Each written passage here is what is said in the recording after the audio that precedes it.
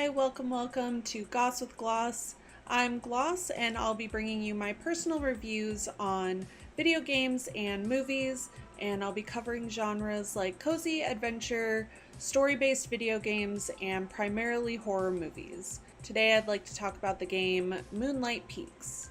Moonlight Peaks is a cozy vampire farm and life simulator. It's very cute. It has the structure of Stardew Valley with a art style pretty close to Animal Crossing, I would say, which is really the only comparison to Animal Crossing. Moonlight Peaks was developed by Little Chicken Gaming Company and published by Xseed Games and Marvelous Europe. I have my notes on my phone, so if I'm looking down a lot, that's why. I am playing the game on the original Switch 1, and I am playing the version 1.130 so far, so this will most likely, there will most likely be more updates after this video.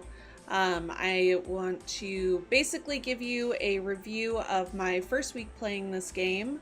I started it a week later and when it released to everyone, so I was a little bit behind, but I think that ended up being a good thing as some updates happened and some bug fixes happened before I got my hands in the game. I really adore the game so far. I basically, in my first week, I wanted to experience as much of what the game has to offer on just like the initial introduction to the game. And I wanted to get through the first season of the game. I don't know how many like years take place in the game, but you do start out in spring, much like most farming simulators out there. And so I played through the entirety of spring, and I got through, I think, as many of the things that you can really do initially without speed running the game. So you are playing as Dracula's kid. You're the descendant of Dracula, and what we also now know your mom to be a witch. I originally went into this thinking that both parents were vampires, but lo and behold, our in-game mom is a witch, which I think is really cool. It's really neat to have more of an actual story kind of pre-set up for this game, whereas most games like Stardew and Coral Island and things like that, you kind of just inherit this random farm, whereas in Moonlight Peaks you've run away from home and you've gone to this town called Moonlight Peaks, and you just take over the farm that your family already owns. So I like that that's a little bit different. It's a little bit more unique, because I feel like with a lot of these games we kind of just get the same regurgitated story each time. As far as my overall like first impression of the game, I'm really enjoying it. And this is controversial, I know, but I don't like Stardew Valley. It stresses me out, which I know is kind of crazy to say in terms of a cozy game, but it does. I don't know what it is about it entirely, but like there's so many qualities of Stardew that just kind of make me want to rip my hair out a little bit. So it's just not a game for me, but I do really enjoy farm/life sims. For me, I personally prefer Coral Island. I think what they've done with that game is really great, and I think that they've changed a lot of the qualities that you find in the general structure of these kinds of games. I think they changed enough of those to make it unique. I'll get into that a little bit with Moonlight Peaks. I do have a pros and cons list, and I wanted to just kind of go over all of that so that anybody that may be thinking about purchasing this game, or if you are playing it and you're feeling like there's some things that you're not loving yet, maybe I can at least create like a little bit of a safe space for you to feel like you're not alone in those feelings. Even though I am really enjoying the game, I definitely have like some qualms with it. This game, as far as I know, took essentially 4 years to come out. I've been following it for 4 years. I've played every version of the demo that they put out. And I really enjoyed all of them. I loved each demo. I loved what was added to it. The final demo, the one that is currently available right now, that you can actually play on the Switch. It's hard to find demos on the Switch, but you can play it on the Switch, which is really nice because usually demos are only available on Steam, and I am unfortunately somebody that does not have a PC. Their demo is available for Mac, but because I'm primarily a console gamer, I'm not super in touch with PC gaming, so doing anything on a console is just easier for me. I would like to be better at PC gaming, but that's a future me problem.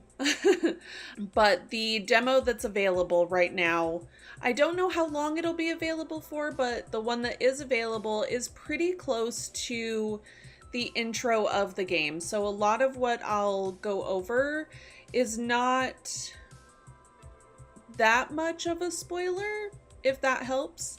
I know I've played through the entirety of Spring, and I've got 15 and a half hours in the game so far, which I'm slow when it comes to games like these because I really like to savor them. I'm also a resource hoarder, so I spend a lot of my time collecting resources and trying to upgrade things. What's really nice with this game is that your farm plot is pretty dimensional. There's a couple different levels to it. You have your own private beach as well, and the area that you actually have to work with doesn't feel overwhelming, which is a really nice change. That's something that in Coral Island I really hate because the farm is massive, and like I know a lot of people like stuff like that because you can do a lot with it. However, it just feels kind of undefeatable. I don't know if that's a word, but it is now. So this farm in Moonlight Peaks feels really comfortable, and it feels like I can actually do things with it, and I can picture what I want my farm to look like, which is really nice. And you also have like a little river and a little bridge, and it goes over to this second plot area. It's a very small area, which is fine with me. And there's a little building on it, and it's actually an entrance to a catacomb where you find out that your uncle Victor is staying. And from what I understand, that's the reason that we're able to have this farm. So I like the farm size a lot. I like having a private beach. That's been really, really nice. A nice change as far as farm and life simulators that I've found, at least. I've played a little bit of Stardew. I've played a lot of Coral Island. I've played the Story of Seasons games. I've played Fae Farm. So farm and life sims are kind of my bread and butter, especially when it comes to a cozy game. As far as my pros and cons list, I have a lot. So I'll try to keep this brief but informative. So I don't want to make this a hour-long video, so just bear with me. So the aesthetic of the game is very cute. It's very cohesive. I love all of the visuals. You're literally a vampire. You're playing in nighttime. There is a penalty for being, well, not like a penalty.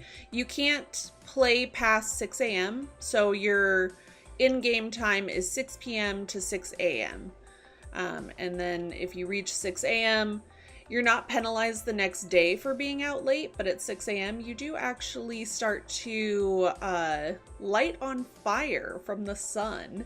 And when it hits 6 a.m., you burst into a swarm of bats, which I think is really cool and very on brand for a vampire game.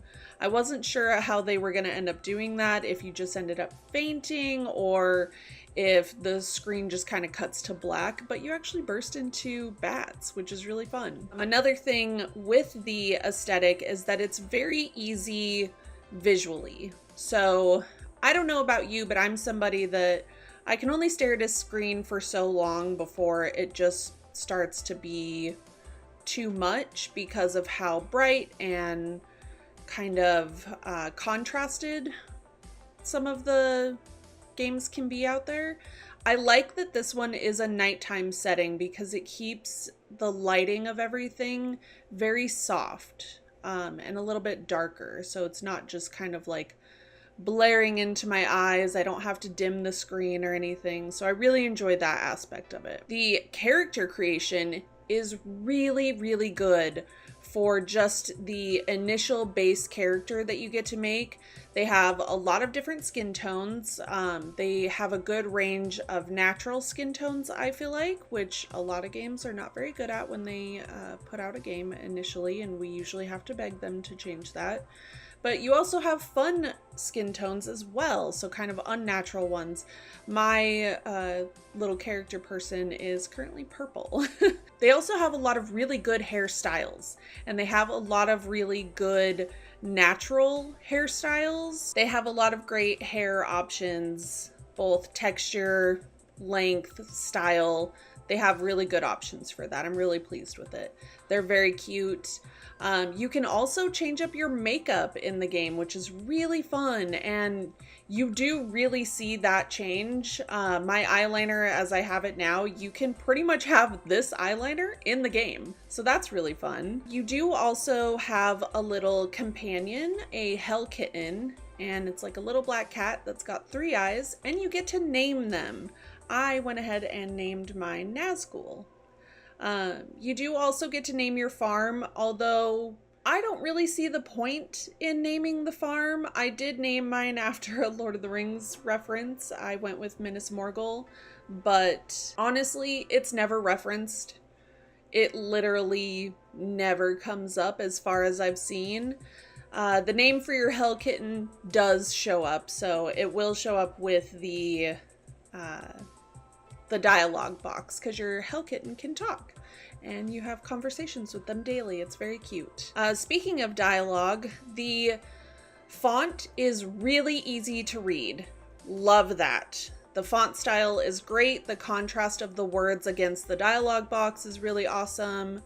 And the dialogue itself is really dynamic, I feel like.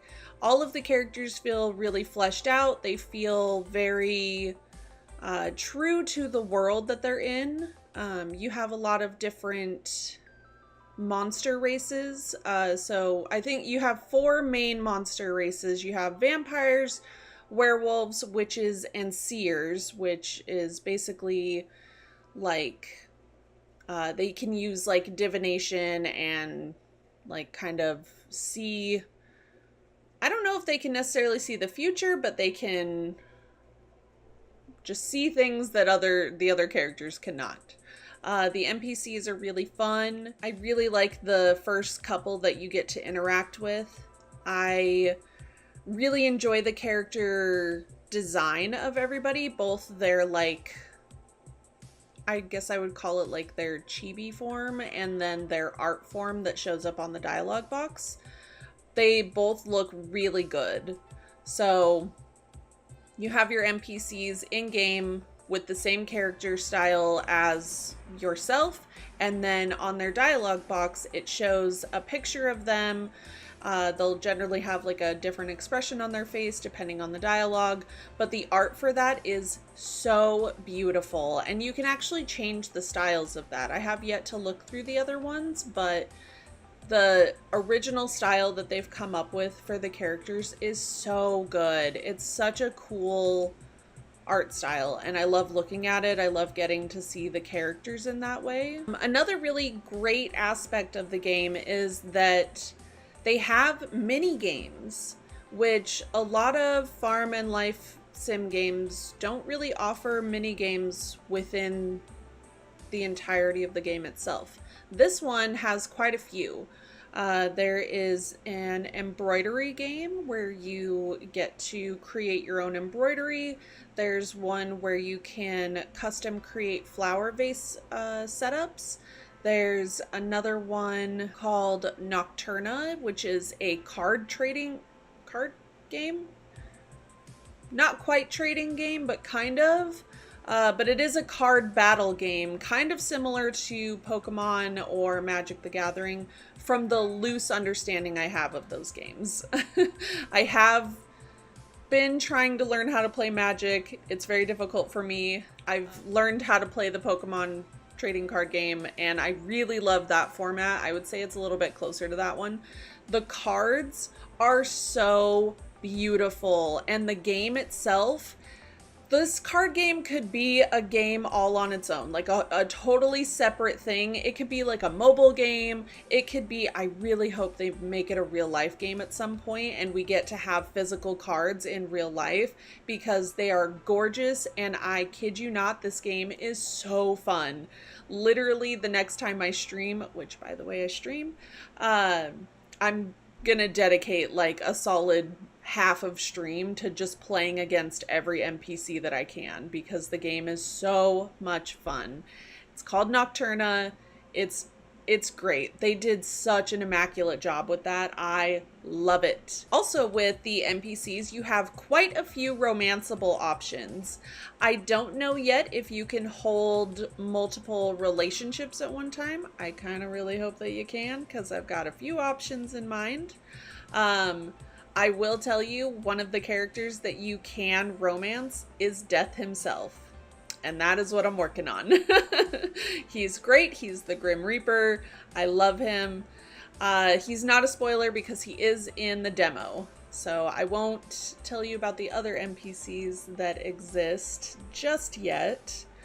Because there's some really, really great NPCs that the design of them, their personalities, their dialogue, it's so good. I really love a lot of the creativity that does happen in this game. On the flip side of that, there are some areas where the creativity and the whimsy feels lacking to me. Largely with the food and drink names. They're just named after their real life counterpart, and that's kind of a bummer to me. For a game that is so themed and whimsical, I would really expect to see fun food names, but instead we just have like Irish coffee or a mocha or a cappuccino. There's like red velvet cake, stuff like that. And it just feels kind of boring, especially when the images, like the little icons for the foods and drinks, is really good. They're really cute. They feel more whimsical than the names attached to them. And so I wish that that would have been more thoughtful. Especially when like the bugs and the fish and all of that have very whimsical names, very whimsical designs. A few of the NPCs are really whimsical, and then there are a few NPCs that have very stereotypical names that I don't feel like actually fit the character, and they just kind of were slapped onto them because they're references to things in the real world. Like there's a witch named Sabrina, there's a vampire named Elvira, and like I understand that my personal character is supposed to be the descendant of Dracula, and that's very heavily referenced, but we don't see him all that much. He's at home with our mom. I'm sure we'll see him eventually in the game as the story progresses, but with the NPCs that you're interacting with on a daily basis, like there's another character named Luna, there's areas that I wish would be a little bit more whimsical. Like there's another NPC, her name is Saga. That's so cool. The only other Saga that I know of is in Alan Wake 2, and I think it's such a fun name. And she's a werewolf, and I love that. So I wish there were some areas that had a little bit more whimsy than they do. Clothing options in the game feel a little bit limited, and that could just be because I'm only in spring. The options could change throughout the seasons, throughout the different games. I don't know yet because I haven't gotten that far. Again, this is just my first week of playing this game, and these are the things that I've noticed and taken into account. So the clothing options feel limited. That being said, when you initially create your character, you do have a lot of options, but once you pick one of those things, none of the other options are available to you, and you actually have to buy those pieces in the shop later. And that feels kind of strange to me, to have such a plethora of options when we are creating the character, but then later basically they have to be sold back to us. And some of the clothing options, the price gap doesn't quite make sense to me. So I'm hoping that that's something they change later on, because there's a couple of dresses or like robes that you do have the option of picking them when you create your character, and then later when they're in the shop, they're 2,000 coins. That feels a little wild to me. Again, I've never made a video game.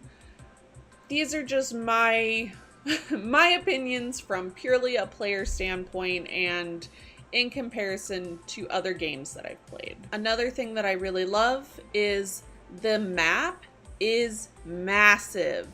There are so many different areas to check out. It is so amazing.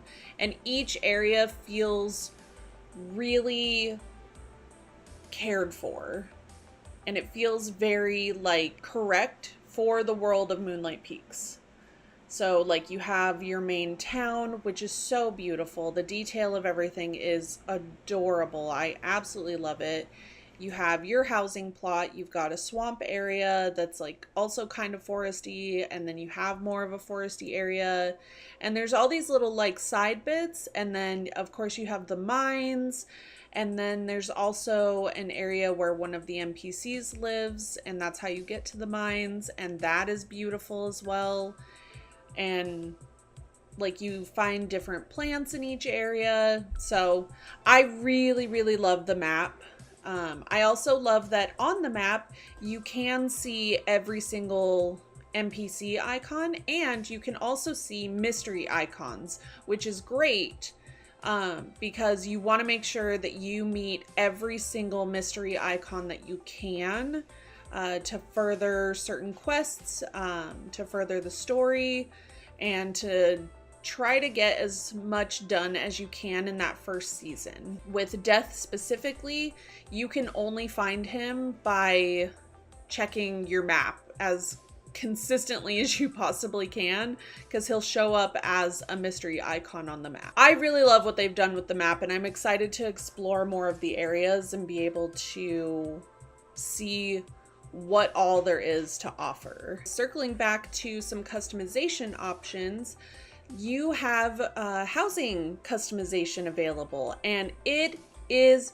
amazing. In regards to every single farm sim game, life sim game that I've ever played, the housing customization has always kind of felt like a background thing. Like I don't really care that much. In this, I am unbelievably excited to customize both the house. You can customize the well that you get. You can customize the barn that you get. And I'm talking like you can customize the roof tiles, both color and texture, the bordering of each of the structures, and the color and texture of what your house and your barn are made of. So like the brick style or wood style, and then different colors. And they're very affordable as far as the in-game currency goes, which is also a huge thing, I feel like, because most games, it feels like you have to have a crazy amount of resources and then at a minimum 10,000 plus currency. And in this one, you can customize for very cheap, and I believe customizing only requires currency and no resources, which is really nice. Definitely something to take into consideration, because I feel like no other game really has structured customization like this. To go along with that, a lot of the home decor is very adorable. You do get a lot of recipes for a lot of things, so I personally would refrain from buying anything that's not event specific, because you'll most likely get a recipe for it. So. We have a friend now. This is Bean. He is begging for attention, so he's now going to be helping to give the review. So something that other people may not care about, but I definitely care about, and something that I really value in Animal Crossing, is that the music in the game is consistent. It is happening at all times. I love the music that you hear throughout Moonlight Peaks. However, it's very similar to other games where it kind of just wafts in and out of your playtime, and then it is consistent during a cutscene. I wish that we had the music the whole time. I feel like it really helps with the ambiance of the game, and I feel like it helps keep up the kind of like spooky factor of it, because the music can have a little bit of that like hauntingness to it. So I wish it was more consistent. That being said, it doesn't take away from the overall aura of the game. And the special effects within the game are really nice, especially hitting rocks. I very much like the sound that happens when you use the pickaxe on the rocks. A really big plus for me, and for anybody else out there that struggles with fishing in games, the fishing in Moonlight Peaks is incredibly simple, and it's actually really fun the way that they've done it. It's very vibration heavy, so you could pretty much do it with your eyes closed. And when you toss your line in, or when you catch a fish, it doesn't scare the other fish away, which is huge. And all you have to do is, once you get the final vibration, which you'll definitely know the difference between the little taps and when a fish actually latches on, all you have to do is hold down the button. You don't have to do anything crazy. You don't have to have like a strategy to it or anything. I know some people really like complex fishing in games. I don't. If anything, that makes me not want to fish at all. And a pro tip that was also given to me during one of my streams is to definitely collect one of each fish and bug and just put it in your storage and just have it on hand. I don't know what it'll be used for yet. As of right now, I don't know of any sort of like museum or research-based thing. But that was a tip handed to me, so I'm handing it off to you as well. Now, as far as two pretty big cons that I have with the game, the time frame that you're given with the game can feel really, really, really short. The time frame is 15 minutes per night, and for me, that's just too limiting. I will say that is something that changes. It can become a permanent change. So as much as it frustrated me in the beginning, I'm trying not to be too hung up on it, because you do get the ability to change it via a quest with death. So that's important if you start the game and you feel like you're just not able to really experience things, and it's like you're just getting your chores done and then you're already out of game time and stamina. Don't worry, you will have the ability to change it. That being said, the stamina is frustrating. You do lose stamina really quickly, and I know that that's common with these games. I don't love basically only getting to do like 2 things at a time and being pretty much out of stamina and not at a point where I can make meals or beverages or anything to increase the stamina, and instead having to purchase foods or drinks to try to have on hand to recover stamina, which I will tell you, beverages will do more for your stamina than food will. So that's something to keep in mind. Bean has decided he doesn't want to be in the video anymore. Beverages will recover your stamina better than food will. It's just a bummer to have to purchase them and also like feel like you actually have time to get enough done. Along with that, the shop times feel unreasonable for the time that you are allotted to be awake and playing the game and getting anything done. The shops, it's so hard to be able to do all of these things at once, at least in my opinion. For the way that I play these games, I truly play them in a cozy, slow manner. I'm not trying to grind through them and get things done really quickly. I don't like to play like that. That's exactly why I don't like Stardew Valley. I'm really frustrated that the time that you get to be awake and playing the game is the 15-minute interval of 6 p.m. to 6 a.m. And within that time period, 2 of the main shops, 3 of the shops, the cafe, the clothing shop, and the magic shop, are all only open from 7 p.m. to midnight. You have a 5-hour in-game window, which at 15 minutes per one singular night, that goes by really quickly. And it makes it that much harder to purchase things that you need to, see the clothing options each day and see if there's anything that you want to get. The magic shop, that's where you'll get your inventory increase. So if you miss out, you have to just wait until the next day. Another issue that I've seen other people talk about with the shops is the carpentry shop is oftentimes unattended, even during the time frame that they're supposed to be open and available.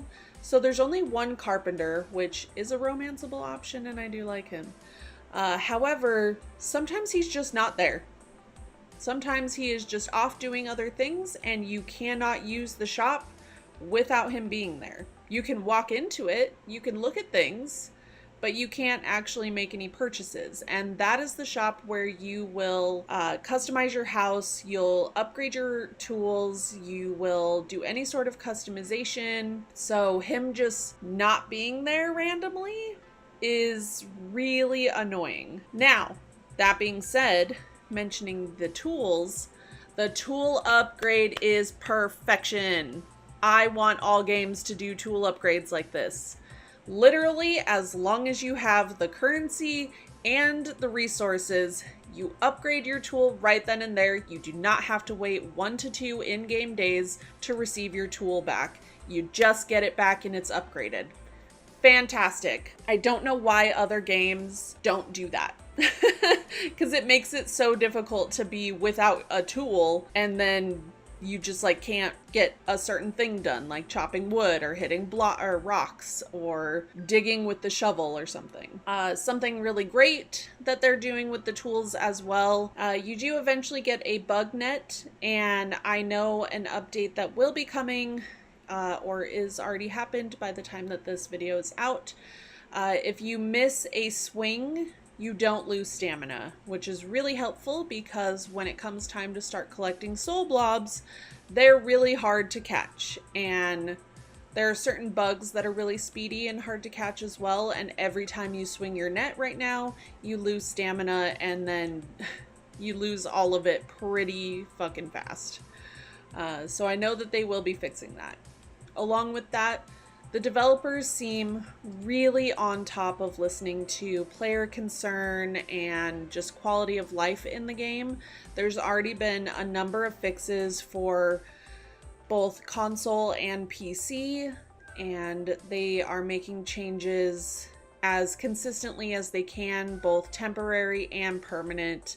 So make sure that you follow the Moonlight Peaks socials on everything that you possibly can. They do Steam updates, they have a Discord. I follow them on Instagram as well, and they are really on top of covering their updates and listening to player concerns and requests, which is really awesome. I feel like a lot of us have been so involved and anticipating this game for such a long time. So it's nice to feel heard and have that kind of support reciprocated. Much love to the developer team. I don't want this video to feel like I'm bashing them in any way. I purely just wanted to give a review as somebody who plays cozy games quite often. It is my go-to. I do stream them as well, and so I'm kind of experiencing these things in real time with other people, and I just wanted to deliver something that both praises the game but also gives you a realistic insight and lets you make a much more informed decision on whether or not you want to quickly buy the game now, maybe just try the demo, or even possibly wait until it's on another console or until more updates and bug fixes have happened. Overall, I'm really excited about this game. I'm still having a lot of fun with it, regardless of my list of things that I wish and hope change or are at least altered at some point. I'm really excited to get further into it and see more of the story unfold because it seems really, really in depth, and that's very exciting when it comes to a cozy game. I'm somebody that tends to ignore the story altogether, and I just kind of focus on building my farm. But this story has me really intrigued, and it's nice to play a game like this with a really different aesthetic overall. So that's the Goss with Gloss. If you have other questions about things that maybe I forgot to cover, or if you're curious if I've experienced something in the game, go ahead and leave it in the comments. I'll get to it as soon as I can. And please leave a like and subscribe if you enjoyed this review. I really hope to bring more review content your way. My goal is to have content out there that is a true review and not something that either sounds like I'm only praising something, because things can be nuanced. They can be good and bad at the same time, and I think there's just not enough discussion about that without being like afraid of other people thinking that you're wrong in some way. I wanted to deliver something that feels real and something that feels like, I don't know, kind of a level playing field for everyone, because I follow a lot of game creators and like Let's Players and stuff like that, and I don't know, wanted to add my 2 cents to the mix, and I hope that something resonates with you. I hope you enjoy your time here, and thank you so much for hanging out. Just as a reminder, I do stream on Twitch. As of right now, I stream weekdays at 11 a.m. Arizona time. That may be changing, but you can find me at glossy.bones, and I'm also on Instagram, where I post more clips from streams, more makeup-based content, and you can find me at Glossy Bones there as well. Thank you so much for hanging out with me today, and I will see you next time. Yeah.